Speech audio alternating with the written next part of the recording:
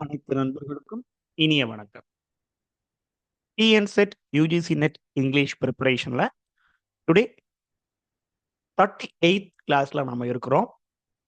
So 37 classes we successfully completed with the literary writers, literary works, and literary previous year questions and test questions இதெல்லாமே நம்ம பார்த்துட்டு வரோம்.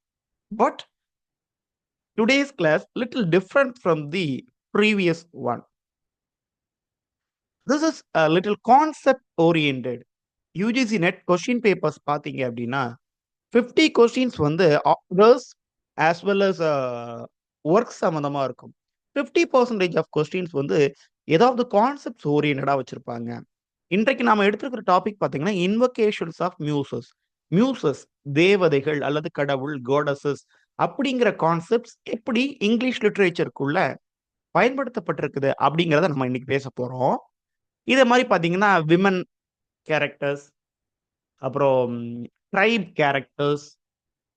இப்போ Indian literature எடுத்துக்கிட்டீங்கன்னா north east oceans, colonial persons, slaves, twins, இப்படி நிறைய concepts இருந்துகிட்டே இருக்கும்.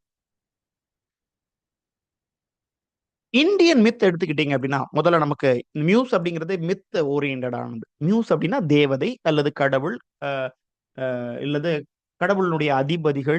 சின்ன சின்ன கடவுளுக்கெல்லாம் பெரிய அதிபதி இருப்பாங்கல்ல, அப்படி ஒவ்வொரு டிபார்ட்மெண்ட்டுக்கும் ஒரு கடவுள் வச்சிருப்போம் இந்தியன் மித்ல பாத்தீங்கன்னா. இப்போ நமக்கு பெண் தெய்வங்கள் அப்படின்னு பாத்தீங்க அப்படின்னா கல்விக்கு ஒரு தெய்வம் சரஸ்வதி, வீரத்துக்கு ஒரு தெய்வம் அவங்க வந்து பார்வதி சக்தின்னு சொல்லிடுவோம். அப்புறம் செல்வத்துக்கு ஒரு தெய்வம் லக்ஷ்மின்னு சொல்லுவோம். இது இந்தியன் மித் சொல்லக்கூடிய விஷயம். இப்படி ஒவ்வொரு டிபார்ட்மெண்ட், ஆக்குறதுக்கு ஒருத்தர், அழிக்கிறதுக்கு ஒருத்தர், அது வந்து ஜென்ஸ் டிபார்ட்மெண்ட், அவங்க ஒரு குரூப் இருப்பாங்க. இப்படி இவங்களை வேண்டி ஒவ்வொரு காரியங்களையும் நம்ம தொடங்கி ஒவ்வொரு காரியங்களையும் சக்சஸ் பண்ணுவாங்க. நீங்க இந்த சரஸ்வதி சபதம் அப்படின்னு ஒரு பழைய படம் இருக்குதுப்பா. அதுல வந்து நடிகர் திலகம் சிவாஜி கணேசன் நடிச்சிருப்பாரு. நீங்க பார்க்கலைன்னா ஜஸ்ட் யூடியூப்ல அதை பாருங்க. ஸோ இன்வொகேஷன்ஸ் ஆஃப் மியூசஸ் வந்து அதெல்லாம் நல்லா தெரியும். அதுல பாத்தீங்கன்னா அந்த கல்விக்கான ஒரு கேண்டிடேட் அவரு. கல்விக்கான கேண்டிடேட் வந்து சிவாஜி கணேசன். அவருடைய கேரக்டர் பேர் பாத்தீங்கன்னா வித்யாபதி. அதுல அவரு சரஸ்வதிக்கு முன்னாடி போய் உட்கார்ந்து அவருக்கு பேசுறதுக்கான வாய்ப்பு இருக்காது. அப்ப பேசுறதுக்காக அழுது அழுது அழுது தேம்பிட்டு இருப்பாரு. அப்ப இன்வொகேஷன் தட் இஸ் அதுதான் வேண்டது. இன்வொகேட் பண்றது மியூசிஸ. நான் எழுதணும், நான் பாடணும், நான் கலைநயம் பெறணும் அப்படின்னு அவர் வந்து அந்த மியூஸ் தட் மீன்ஸ் இங்க சரஸ்வதிய வந்து இன்வொகேட் பண்ணுவாரு. உடனடியா சரஸ்வதி தேவி அவருக்கு முன்னாடி தோன்றுவாங்க. அந்த சிலையில இருக்கக்கூடியவங்க உண்மையிலேயே தோன்றி என்ன பண்ணுவாங்க, மகனே வித்யாபதி, இன்று முதல் உனக்கு பேசும் வல்லமையை தந்தோம் அப்படின்னு அவரை பேச வைப்பாங்க. அப்போ அவர் உடனடியா பாட்டே பாட ஆரம்பிச்சிருவார். அகர முதல எழுத்தெல்லாம் அறிய வைத்தாள் தேவி அப்படின்னு பாட்டு பாடுவாங்க. ஜஸ்ட் இது யூடியூப்லோடைய லிங்க் நான் கீழே கொடுக்குறேன், டிஸ்கிரிப்ஷன்ல வச்சிருக்கேன். ஜஸ்ட் பார்க்காதவங்க, அதர் மித் ஃபாலோ பண்ணக்கூடியவங்க, நீங்க வந்து இதை பார்த்துக்க உங்களுக்கு அந்த இன்வொகேஷன் ஆஃப் மியூஸ்னா என்னன்னு புரிஞ்சுக்கும். Okay fine. டிஸ்கிரிப்ஷன் பாக்ஸ்ல வச்சிருக்கப்பா பார்த்துக்கங்க. ரைட்.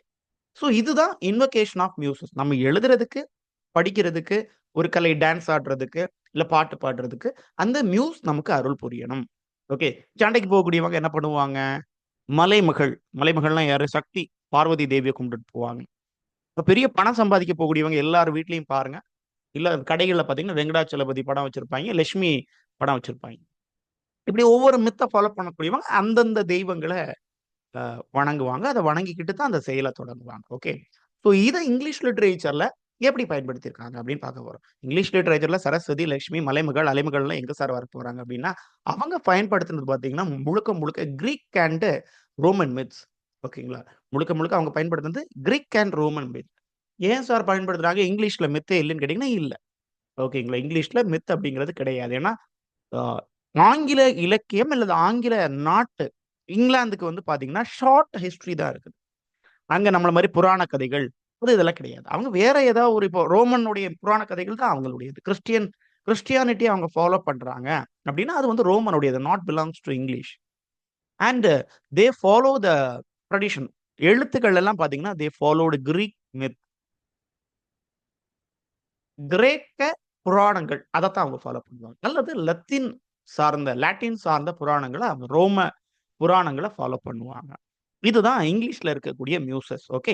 ஃபைன். அவங்க யாரெல்லாம் ஏன் வந்து அவங்கள வந்து நம்ம இப்ப படிக்கிறோம் அப்படிங்கிறதுக்கு ஒரு எக்ஸாம்பிளோட நம்ம வந்து இந்த கிளாஸ்க்குள்ள என்டர் ஆயிருவோம்.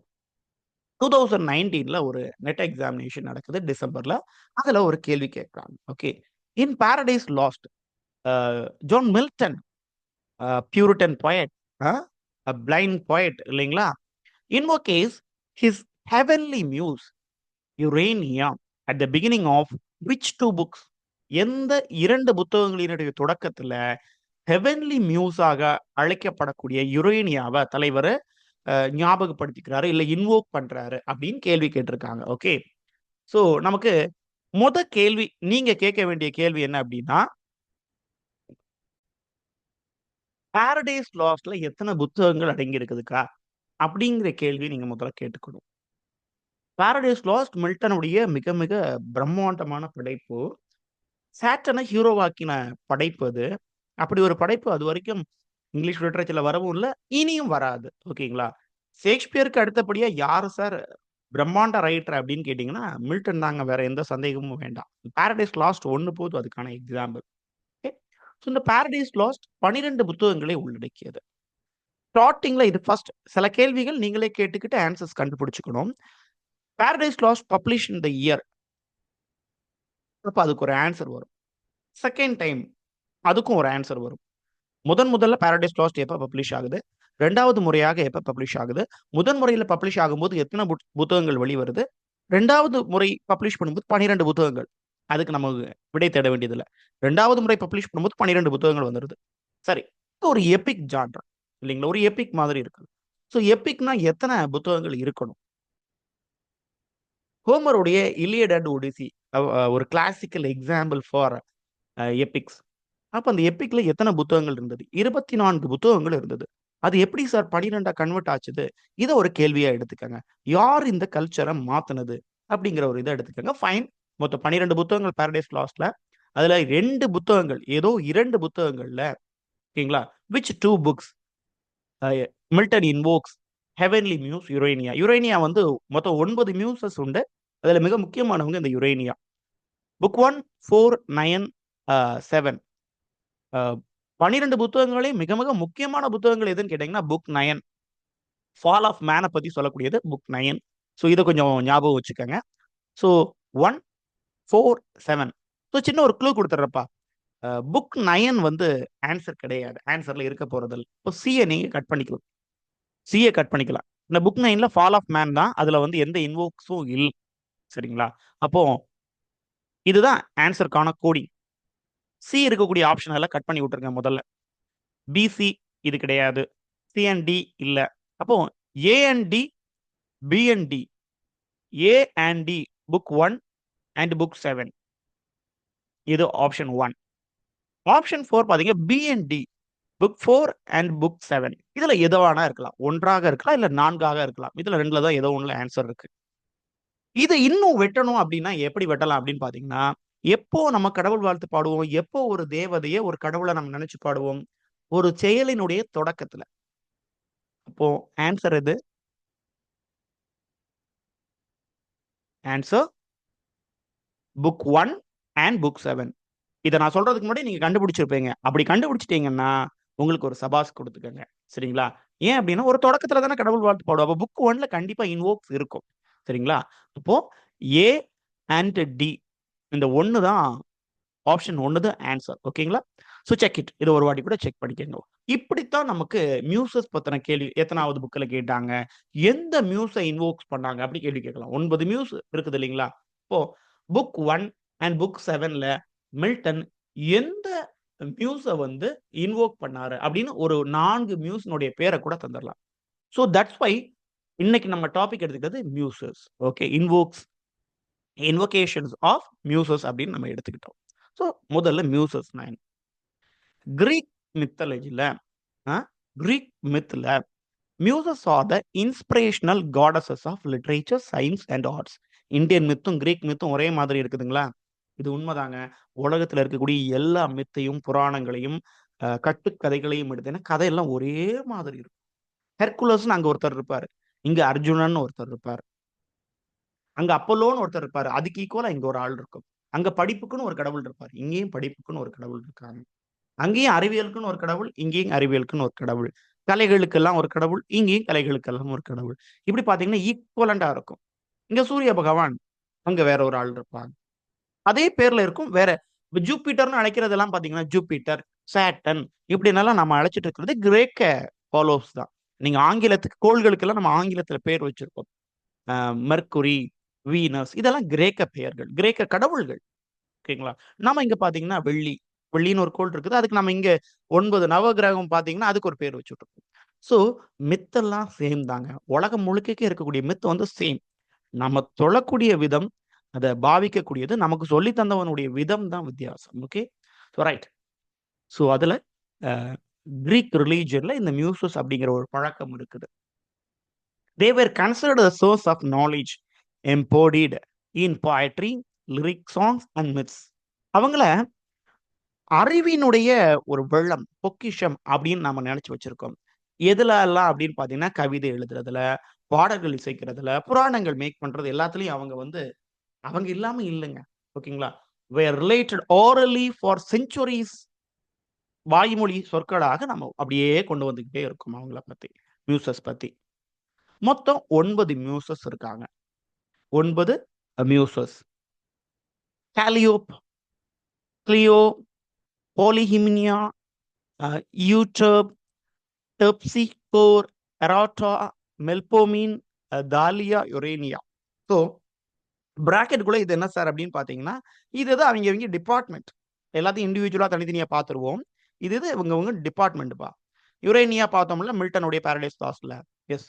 அஸ்ட்ரானமிக்கான, அஸ்ட்ராலஜிக்கான, ஸ்பேஸுக்கான ஒரு கடவுள் தான் இந்த யுரேனியா. இப்படி 9 பேர் இருக்காங்க. நம்ம இத ஸ்பெல் பண்ணது புரனன்சியேஷன் மேபி ஏதாவது எரரா இருந்ததுன்னா செக் பண்ணிக்கங்க. ஓகே. ஏன்னா எல்லாம் ஃபுல்லா கிரீக் அதுல தான் இருக்கும். ஃபைன். இப்போ ஒவ்வொருத்தரையும் நீங்க எல்லாம் நம்ம இந்தியன் மித்த ஞாபகம் வச்சுக்கங்க. ஒவ்வொரு டிபார்ட்மென்ட்க்கும் ஒவ்வொரு கடவுள் இருக்காங்க இல்லையா? அது மாரி ஒவ்வொரு டிபார்ட்மென்ட்க்கும் இங்க ஒவ்வொரு கடவுள். ஆனா, முழுக்க முழுக்க எத தான் சார்ந்திருக்க போறாங்க? கலைகள் சார்ந்து தான் இருக்க போறாங்க. கலைய தாண்டி வெளிய மாட்டாங்க. ஓகே. First one Calliope. இவங்க வந்து பார்த்தீங்கன்னா, எப்பவும் அவங்க கைகள்ல அந்த பிக்சர்ஸ் நீங்க பார்த்தீங்கன்னா போதும், இந்த கருவிகள், இந்த மாரி சிம்பல்ஸ் அவங்க வச்சுக்கிட்டே இருப்பாங்க. இவங்க எபிக் போயட்ரிக்கான ஒரு மியூஸ். இப்போ இலியட், ஒடிசி அத படைச்சிருக்காங்க அப்படின்னா, யார இன்வோக் பண்ணியிருப்பாங்க? கேலியோப்ப இன்வோக் பண்ணியிருப்பாங்க. இப்படி நாம ஞாபகம் பாரடைஸ் லாஸ்ட்டுக்கும், கேலியோப்புக்கும் சம்மந்தம் இருக்குது. எபிக் போயட்ரி படைக்கணும்னா, கண்டிப்பா யார இன்வோக் பண்ணணும்? கேலியோப்ப. மில்டன் பண்ணல. ஏன்னா, அவர் பெரிய ஜாம்பவான். அவர் யார பண்ணிக்கிட்டாரு? யுரேனியாவ பண்ணிக்கிட்டார். Okay, fine. ஸோ அவங்க கையில வந்து ஒரு எபிக் போயட்ரினா பெருசா ஏதாவது எழுதுறதுக்கு வேணும் இல்லையா? அந்த மாரி ஒரு ரைட்டிங் பேட் மாரி ஒண்ணும், இந்த கையில ஒரு கோல் மாரி ஒண்ணு வச்சிருக்காங்க. ஓகே. ஒரு simple. These are the symbols. இவங்க இந்த பிக்சர்ஸ்ல இவங்க இதெல்லாம் வச்சிருந்தா காலியோப் அப்படின்னு அர்த்தம். அப்புறம் கிளியோ அப்படிங்கிறவங்க பார்த்தீங்கன்னா, ஆர்ஸ்லியோ ஹிஸ்டரிக்கான ஒரு மியூஸ். அவங்க கையில ஒரு பெரிய புத்தகம் வச்சிருக்காங்க இல்லைங்களா?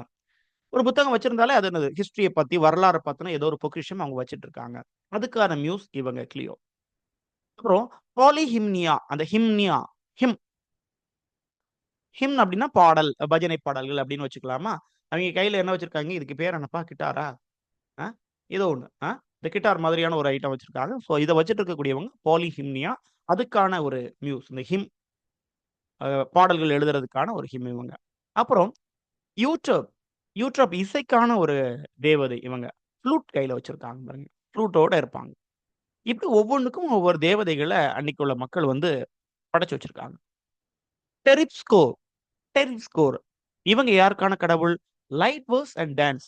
சின்னதா ஒரு இசை இசைச்சு, அப்படியே நடனம் ஆடக்கூடிய ஒரு கலைக்கான நடனத்துக்கான கடவுளும் இவங்க தான். லைட் வேர்ஸ்க்கான கடவுளும் இவங்க தான். தென் இராட்டோ, லிரிக் கோரல் பொயட்ரி. கையில இதுவும் ஒரு கருவி தான்ப்பா. இத பார்த்து வச்சுக்கங்க. ஓகே. கருவி.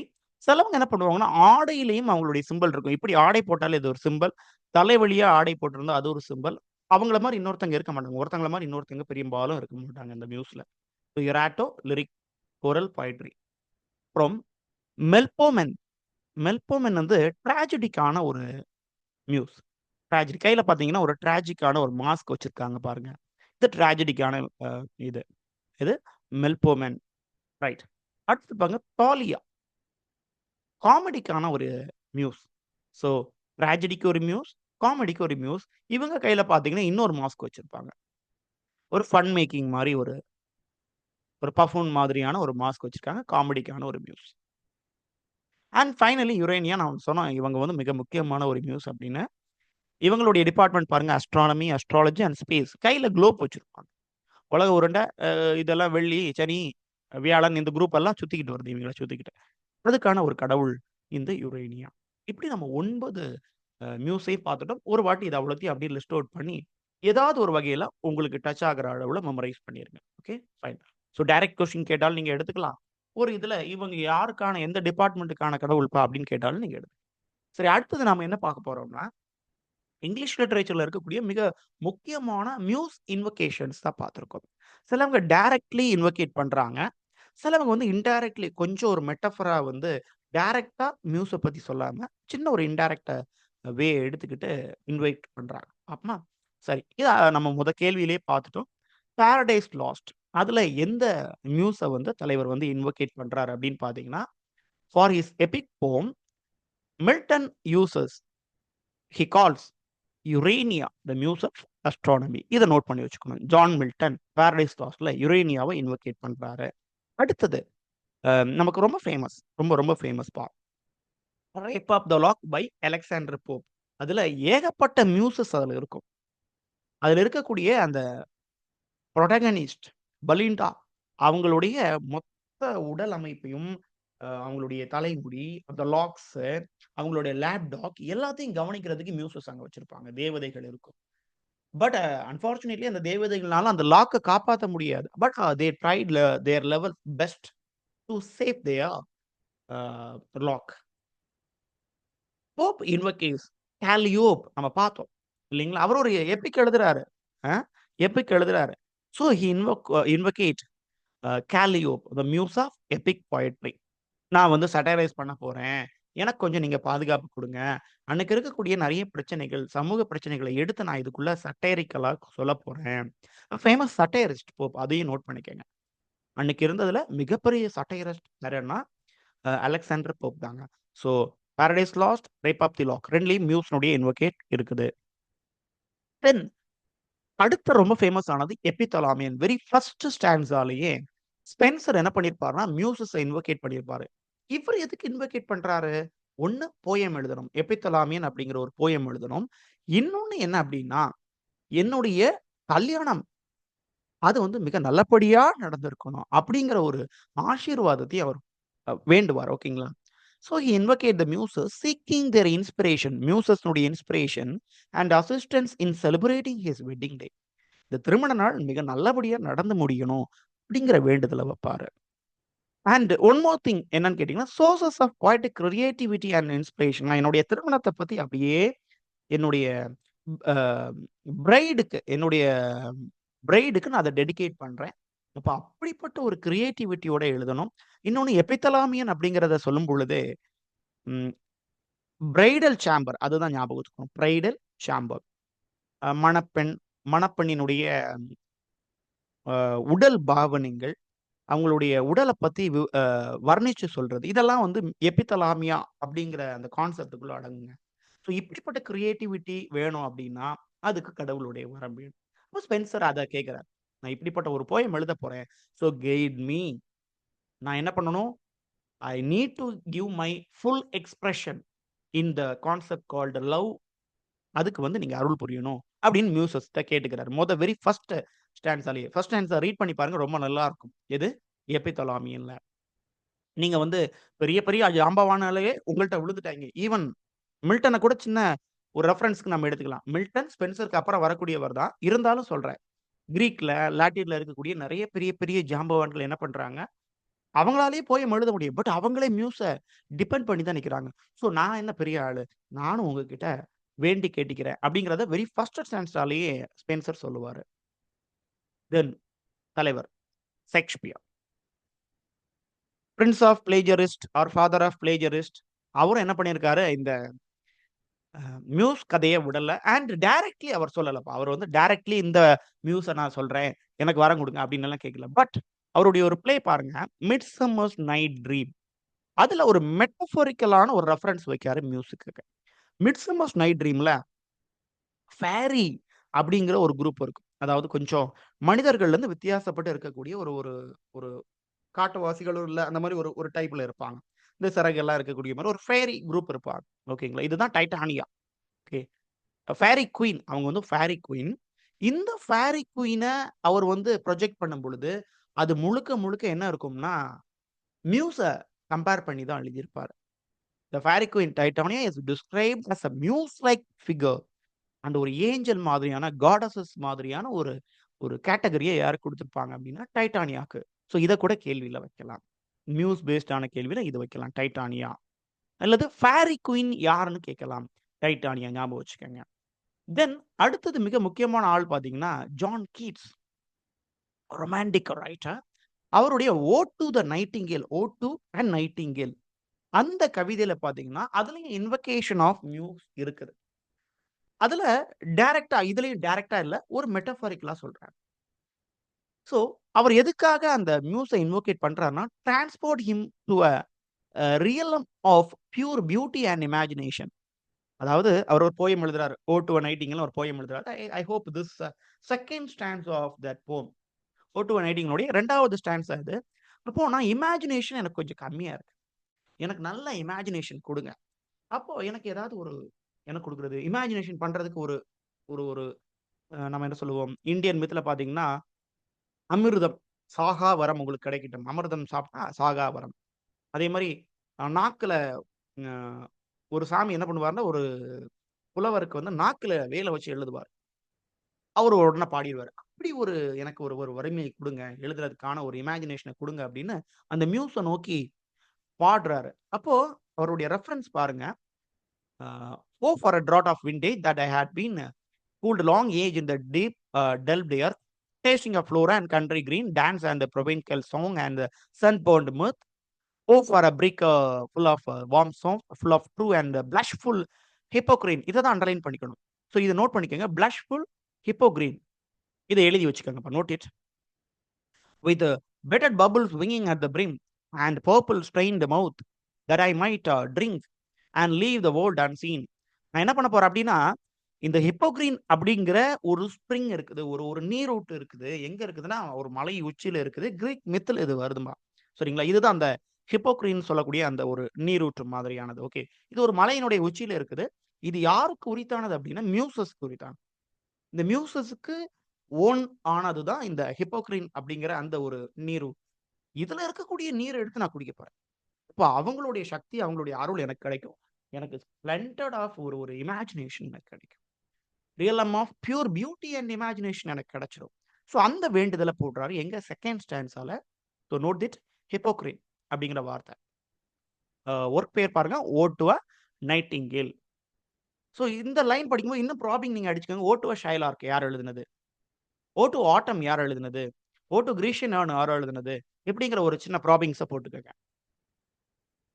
தென் ஷெல்லி, கீட்ஸ்னுடைய அதே பக்கத்துல இருக்கக்கூடியவரு. இது கீட்ஸ்க்காக தான் மியூஸ யூஸ் பண்றாரு. In his elegy Adonais, he portrayed the deceased poet. தவறிட்டாரு நண்பர். கீட்ஸ் இறந்து போயிடுறாரு. இப்ப அவருக்காக எழுதப்பட்டது அந்த அடோனிஸ் அப்படிங்கிற அந்த எலிஜி. பெரிய போயம். இப்போ அதுல போயட் கீட்ஸ அவர் வந்து ஒரு மார்டல் காடா, கடவுளா பாவிக்கிறாரு. அ inspired by the Muses. மியூசஸ்னுடைய ஹெல்ப்போட mortal காடா யார பாவிக்கிறாரு? கீட்ஸ். ஸோ இது வந்து டைரக்ட்டான ஒரு இன்வொகேட் இல்ல. ஒரு இன்டைரக்ட்லி ஒரு மெட்டஃபரா கீட்ஸ வந்து இன்வொகேட் பண்றாரு. Adonais. And Alfred Lord Tennyson அவருடைய த லோட்டஸ் ஈட்டர்ஸ் அந்த ஒர்க் பார்த்தீங்கன்னா, it delves into the theme of poetic inspiration and power of the muses to transport the mind to other worldly realms. உலகத்துல இன்னும் நெறைய விஷயங்கள் இருக்கு. அத நோக்கி ஒரு சூப்பர் ஹியூமன் பவர்ஸ் நெறைய இருக்கு. அத நோக்கி போறதுக்கான ஒரு வரத்த கேட்கிறாரு. எந்த ஒர்க்ல? த லோட்டஸ் ஈட்டர்ஸ் கிட்ட. மியூசஸ் கிட்ட கேட்கிறாரு. Okay fine. ஸோ இதுல 2 விஷயங்கள் நீங்க முக்கியமா பாருங்க. ஓ டூ நைட்டிங்கேலுக்கு நான் வித்தின் டபுள் கொட்டேஷன்க்குள்ள ஓ டூ த நைட்டிங்கேல போட்டிருக்கேன். அதே மாரி மிட்சமர்ஸ் நைட் ட்ரீம இட்டாலிக்ஸ்ல போட்டிருக்கேன். எபித்தலாமியன் கண்டிப்பா இட்டாலிக்ஸ்ல போடணும். ஹெட்டிங்னால நான் அத போடல. ஓகே. இது இட்டாலிக்ஸ்ல இருக்கணும். ஸோ இதெல்லாம் நீங்க நோட் பண்ணிக்கங்க. இட்டாலிக்ஸ்ல உங்களால போட முடியல. இது நீங்க வந்து ஸ்லைட்னால நான் இட்டாலிக்ல போட்டிருக்கேன். உங்களுக்கு எழுதும்போது இட்டாலிக்ஸ்ல போட முடியலன்னா அண்டர்லைன் பண்ணிக்கங்க. கொட்டேஷன் போட்டதுக்கு கொட்டேஷன் மட்டும் போடுங்க. இந்த மாதிரி இட்டாலிக்ஸ்ல காமிக்க வேண்டிய விஷயங்கள அண்டர்லைன் பண்ணிக்கங்க. நம்ம எழுதும்போது அண்டர்லைன் பண்ணிக்கிட்டா, அத வந்து சாஃப்ட் காப்பியா நீங்க டைப் பண்ணும்போது இட்டாலிக்ல காமிச்சுக்கணும். These are மெத்தடாலஜிஸ்ப்பா. நீங்க ஒரு ரிசர்ச் வொர்க் பண்ணும்போது இதெல்லாம் மிக முக்கியம். ஆ நம்ம இப்ப கரெக்ட்டா இப்ப 2024 எண்டுல இருக்கோம். இதுவரைக்கும் நம்ம ஃபாலோ பண்ணக்கூடிய மெத்தடாலஜி பிஜி படிக்கக்கூடியவங்க, இல்ல எம்ஃபில் பண்ணக்கூடியவங்க. எம்ஃபில் எல்லாம் முடிச்சுட்டாய்ங்க. யாராவது 1, 2 அங்கங்க பண்ணிக்கிட்டு இருக்காங்க. அண்ட் பிஹெச்டி நீங்க பண்றதா இருந்ததுன்னா, 9த் மெத்தடாலஜி நம்ம ஃபாலோ பண்ணுவோம் இல்லைங்களா? எம்எல்ஏ 9த் மெத்தடாலஜி ஃபாலோ பண்ணுவோம். அதுல இண்டிவிஜுவல் வொர்க், ஒரு டிபெண்டன்ட் வொர்க், சுதந்திரமான ஒரு வொர்க். இந்த பிளே ஒரு சுதந்திரமான பிளே தானே. இத எதுவும் டிபெண்ட் பண்ணாத ஏதாவது ஒரு கலெக்ஷனுக்குள்ள பெருசா தூக்கி வைக்க மாட்டாங்க. இது ஒரு இண்டிவிஜுவல் பிளே. அப்ப அதனால என்ன பண்றோம்? இட்டாலிக்ஸ்ல போடுறோம். நீங்க ரிசர்ச்க்குள்ள எந்த இடத்துல பயன்படுத்தினாலும் இத இட்டாலிக்ஸ்ல தான் போடணும். ரன்னிங்ல நீங்க பேராகிராஃப் எழுதும்போது இத பயன்படுத்தினாலும் நீங்க இட்டாலிக்ஸ்ல தான். இன்னும் உங்களோட நாவலுடைய பேர் போடுறீங்க. அதுவும் இட்டாலிக்ஸ்ல தான் போடணும். அப்ப எத சார் கொட்டேஷனுக்குள்ள போடணும்னா, ஒரு சின்ன வொர்க், ஒரு சின்ன போயம். இது ஒரு டிபெண்டன்ட் வொர்க். ஏதோ ஒரு கலெக்ஷனுக்குள்ள 100 பக்கத்துல ஒரே ஒரு பக்கத்துல இது இருக்க போகுது. இப்ப இது ஒரு டிபெண்டன்ட் வொர்க். இப்ப இத கொட்டேஷனுக்குள்ள போடணும். வித்தின் டபுள் கொட்டேஷனுக்குள்ள இந்த வொர்க்க போட்டுக்கணும். இப்போ எக்ஸாமினருக்கு தெரியும். ஓ! இது வந்து டிபெண்டன்ட் வொர்க். அது இண்டிபெண்டன்ட் ஆன வொர்க் அப்படிங்கிறத அவங்க புரிஞ்சுப்பாங்க. So not only for your research program. உங்களுடைய நெட் எக்ஸாமினேஷன்லயே, இல்ல செட் எக்ஸாமினேஷன்லயே 10வது யூனிட் பார்த்தீங்கன்னா, research methods and materials in இங்கிலீஷ்ன்னு இருக்கும். ஸோ அதுல முழுக்க முழுக்க இந்த விஷயங்கள் தான் கேள்வியா கேட்க போறாங்க. அத ஞாபகம் வச்சுக்கங்க. அடோனிஸ் பெரிய லாங் போயம். அது ஒரு இண்டிபெண்டன்ட் வொர்க்கா நான் கருதுறோம். ஏன்னா தனியா புக்கே இருக்கு அடோனிஸ் அப்படிங்கிறதுக்கு. ஸோ லோட்டஸ் ஈட்டர்ஸ் ஒரு சின்ன வொர்க். அதனால அது ஒரு டிபெண்டன்ட். ஓகேங்களா? ஸோ இண்டிபெண்டன்ட் வொர்க்னா ரொம்ப பெருசா இருக்கும். தனியா புக் போட்டுப்பாங்க. அ எந்த கலெக்ஷனுக்குள்ளேயும் பெருசா இருக்காது.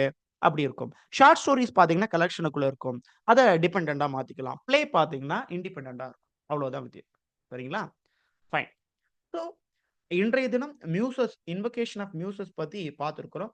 If you have any other clarification related this topic அத கோட் பண்ணுங்க. இல்ல வேற கான்செப்ட்ஸ் இருக்கு சார். வேற நெறைய கான்செப்ட்ஸ் நாங்க பார்த்திருக்கிறோம். அத பத்தி கிளாஸஸ் போடணும் அப்படின்னு கேட்டீங்கன்னா, ப்ளீஸ் கமெண்ட் பண்ணுங்க அத பத்தி. ஓகே. Thank you.